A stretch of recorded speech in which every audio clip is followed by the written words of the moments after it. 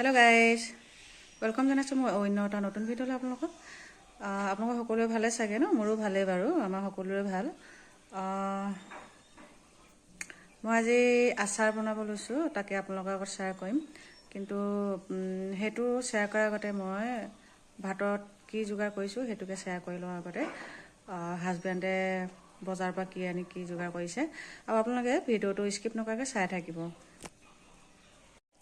আমি ট্ৰাইবেল মানুহ যে, এয়া হাজবেণ্ডে গাহৰি মাংস আনিছে, এইটো বইল কৰি লৈছে, তাৰপিছত জুইত খৰিকা দিব হা। তেওঁলোকে এনেকৈ খৰিকা দি খাব, মই নাখাওঁ বা গাহৰি, মোৰ কাৰণে বেলেগ আইটেম আছে। তেওঁলোকে এইটো খৰিকা দি খাব জুইত। আৰু লফা বনাম, লফা আৰু মাছ ঔটেঙা দি।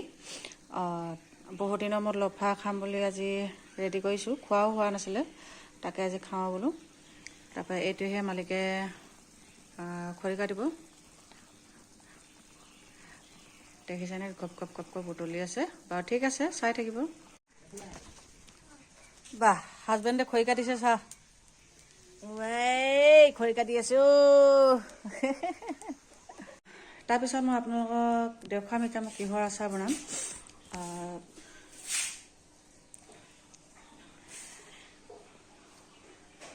আগতেও বহুত বনাইছিলোঁ বাৰু, কিন্তু এতিয়া সময় নোহোৱাৰ কাৰণে তেনেকৈ আচাৰবোৰ নবনোৱা হ'লোঁ। তাৰপৰা আজি মানে কি হ'ল, ভাবিলোঁ যিহেতু বনামেই যেতিয়া ভিডিঅ' এটাও কৰি লওঁ, পষ্ট দিবলৈকে হ'ব, ৰিলছ দিবলৈকে হ'ব, সেইকাৰণে বোলো ভিডিঅ'টোকে ৰেকৰ্ডিং কৰোঁ। চাবচোন দেই মই কিহৰ বনাম। আজি মই এই ফুলকবি আৰু ব্ৰকলি আৰু চিকেন আৰু মটৰ, এইখিনি চব মিক্স কৰি মই আজি আচাৰ বনাম বাৰু। ঠিক আছে, আপোনালোকে চাই থাকিব মই কেনেকৈ বনাওঁ। সম্পূৰ্ণ প্ৰণালীটো মই পিছত দি দিম, এতিয়াতো জাষ্ট মই আপোনালোকক বস্তুখিনি দেখুৱাই লৈছোঁ। আৰু এইফালে আৰু কি হ'ল, আৰু এয়া জলফাই, আকৌ এবাৰ জলফাই আচাৰ বনাবলৈ ৰেডি কৰিলোঁ। যিহেতু গছ আছে ঘৰতে, ইমান সৰি থাকে ন, পেলাবলৈও বেয়া লাগে। তাৰপিছত ভাবিলোঁ আজি আকৌ অলপ গছৰ তলৰ পৰা আনি এইটো গৰম পানীত বইল কৰি থৈছোঁ। ইয়াক কাটি মেলি মই ৰ'দত দিমগৈ, আৰু পেলাবলৈ বেয়া লাগে, সেইকাৰণে ইয়াকো কামত লগাম। আৰু আচলতে আৰু নেদেখুৱালোঁ আপোনালোকক হয়। আৰু কি হ'ল, ফুলকবি আৰু ইয়াৰ চিকেনৰ লগত আৰু এই মটৰ দিম মই। মটৰটো অলপ পানীত তিয়াই কোমল কৰিলোঁ, আৰু ইয়াক আমি ৰ'দত দিম। ৰ'দত দি শুকুৱাই চব বস্তুৰ লগতে পিছত কি কৰি আছোঁ, কেনেকৈ কৰি আছোঁ আপোনালোকক দেখুৱাই আছোঁ, মুঠতে চাই থাকিব দেই।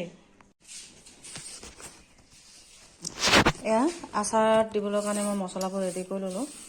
বাকী বস্তুবোৰ মই ৰ'দত দিছোঁ, শুকাই আছে। এতিয়া অলপ দেৰিকৈ কৰিম আৰু এইখিনি মছলাখিনি আগত মই ৰেডি কৰি লৈছোঁ। ইয়াতে গোটেইবোৰ ৰ'দত দিয়া হৈছিলে বাৰু, তথাপিতো মই আকৌ অলপ কেৰাহীত ভাজি ল'লোঁ। যিহেতু অলপ ভাজি দিলে তাৰ চেণ্টটো অলপ ধুনীয়া হয়, ধুনীয়া গোন্ধাই। সেইকাৰণে মই কেৰাহীত অলপ ভাজি ল'লোঁ। ইয়াতে গোটেই 12 মছলাটোৱে আছে। অনাটো ভাগে ভাগে হৈছিলে, মইহে ভাজি পেলাই এতিয়া লগতে এনেকৈ থলোঁ, কাৰণ মিক্সাৰত দিব লাগিব যে, লগতে সেইকাৰণে এনেকৈ থৈ দিলোঁ বাৰু। ঠিক আছে, চাই থাকক গাইজ। এয়া মোৰ আচাৰ ৰেডি হৈ গ'ল, এইটো হৈ গ'ল ইয়াত। আৰু ইয়াতে ভৰালোঁ বাৰু, ভিডিঅ'টো কৰিব পাহৰি গ'লোঁ নহয় প্ৰথমতে। তাৰপিছত কি হ'ল, ইয়াতে ভৰাইছিলোঁ মই, আকৌ ঢালি পেলাই আকৌ ভিডিঅ'টো বনাইছোঁ। এটাত ভৰোৱা হৈ গ'ল, এইটো ৰেডি হৈ গ'ল। তাৰপিছত ইয়াতে এতিয়া ভৰাম এইখিনি। ইমানে কালাৰ বহুত সুন্দৰ আহিছে। ইয়াতে এইখিনি চব মাংসটো কি হ'ল, ড্ৰাইকৈ একদম পূৰা ড্ৰাই, ফুল ড্ৰাই কৰিব লাগিব হা। ফুল ড্ৰাই কৰি এইটো ওলাই থৈ দিলোঁ। তাৰপিছত সেই তেলটো মই একদম ফুলকৈ দি পেলাই সেইখিনি তেলতে মই ফ্ৰাই কৰিছিলোঁ। তাৰপৰা চিকেনটো ওলাই থৈ সেইখিনি তেলতে ঠাণ্ডা হোৱাৰ পিছত বাকী বস্তুখিনি, যিটো ফুলকবি আৰু মটৰ আছিলে, তেলটো ঠাণ্ডা জলকীয়া গোটেই নাকত ধৰিছে। তেলটো ঠাণ্ডা হোৱাৰ পাছত এইখিনি বাকীখিনি চব এনেকৈ মিক্স কৰি দিলোঁ। আৰু কালাৰ চাওক কিমান ধুনীয়া আহিছে। আৰু এতিয়া এইটো টেমাত ভৰাম।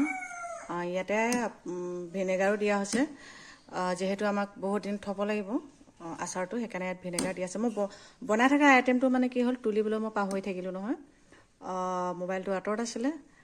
তথাপিতো এতিয়া ফিনিচিং হোৱাৰ পিছত আপোনালোকক দেখুৱাই দিছোঁ, কিমান সুন্দৰ লাগিছে ন, খাবহে লাগে। খালি চব্জি নিচিনা হৈছে আৰু আপোনালোকে খাওঁ বুলি ক'লেও চব্জি নিচিনাও পাৰিব, দেখিছেনে?